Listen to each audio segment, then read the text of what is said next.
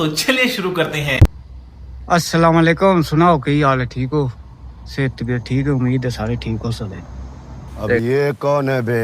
सोचिए मत, सब्सक्राइब कीजिए। गाइस वेलकम माय नवा व्लॉग। बिल्कुल चुप। हिम्मत कैसे हुई तेरी मुंह खोलने की? ਅੱਜ ਅਸੀਂ ਆਇਆ ਸੀ ਇੱਕ ਜਗ੍ਹਾ ਤੇ ਦਫ਼ਤਰ ਕੰਮ ਗਿਆ ਸੀ। कुछ पूछा मैंने कुछ। ਅਸਾਂ ਕਿਹਾ ਚਲੋ ਜਾਂਦੇ ਆ ਕੀ ਪਤਾ ਕੰਮ ਬਣ ਜਾਏ।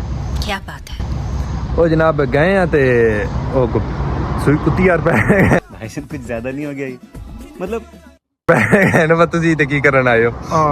नहीं तो ਅਸੀਂ ਉੱਠਦੇ ਆ 12-1 ਵਜੇ। ਅੱਜ ਦੀ ਸਵੇਰ ਹੀ ਉੱਠ ਗਏ ਆ। ਵੇਖੋ ਨਾ। अच्छा ਮੈਂ ਵੇਖੋ ਨਾ ਧੁੰਦ ਪਈ ਹੈ, ਬੱਦਲ ਬਣੇ ਆ। ਸਾਡੀ ਨੀਂਦਰ ਵੀ ਖਰਾਬ ਨਾ ਕੀਤੀ ਹੈ। ਉਹਦੇ ਨਾਲ ਬੈਠੇ ਹਨ ਜੋ ਸਾਹਿਬ ਰਹੀ ਵੱਡੇ ਅਫਸਰ ਉਹਨਾਂ ਆਖਿਆ ਹੀ ਤਾਂ ਸਿਰ ਲੈ ਜਾ ਪੱਟੋ ਤੁਹਾਡਾ ਇੱਥੇ ਕੋਈ ਕੰਮ ਨਹੀਂ। कैसे लोग रहते हैं यार यहाँ। ਠੀਕ ਹੈ ਤੇ ਬਾਕੀ ਹੁਣ ਫਿਰ ਅਸੀਂ ਚੁੱਪ ਕਰਕੇ ਉਹ ਆ ਗਏ ਮਸੂਮਰ ਮੂੰਹ ਬਣਾ ਕੇ ਹੋਰ ਕੀ जोर से बोल के लोगों को स्कीमें ਕੀ ਕਰੀਦਾ ਫਿਰ? ਅਪਾਇੰਟਮੈਂਟ ਉਹ ਆਦਨ ਮੈਡਮ ਕੋਲ ਦਿਵਾਓ ਤੇ ਫਿਰ ਆਓ। ਹੁਣ ਇੰਨਾ ਲੰਮਾ ਲੱਫੜ ਸਾਡੇ ਕੋਲ ਕਿੱਥੇ ਹੁੰਦਾ ਹੈ?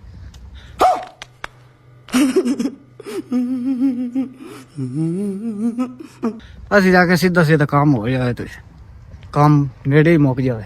ਬਾਕੀ ਫਿਰ ਕੀ ਕਰ ਸਕਦੇ ਆ ਅੱਲਾ ਦਾ ਹੁਕਮ ਔਰ ਫਿਰ ਹੁਣ ਬਾਅਦ ਵਿੱਚ ਫਿਰਦੇ ਟੁਰਦੇ ਆ ਹੋਰ? ਤੁਹਾਨੂੰ ਵਿਖਾਉਂਦੇ ਆ ਸ਼ਹਿਰ ਆਪਣਾ ਤੇ ਫਿਰ ਜਿਹੜਾ ਨਹੀਂ ਕਰਦੇ ਆ ਅਗਲੀ ਗੱਲ। ਇਹ ਬੁਲਾਉਣ ਨਾ ਬੁਲਾਉਣ ਤੇ ਬੈਠਦੇ ਆ ਸਾਡੇ ਉਹ ਗਏ ਇੱਕ ਦਿਨ।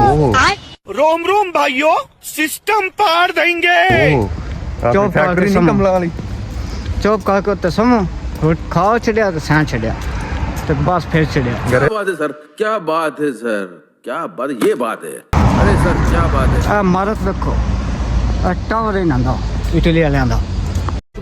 कुछ पूछा मैंने कुछ। नहीं सोचिए मत, सब्सक्राइब कीजिए।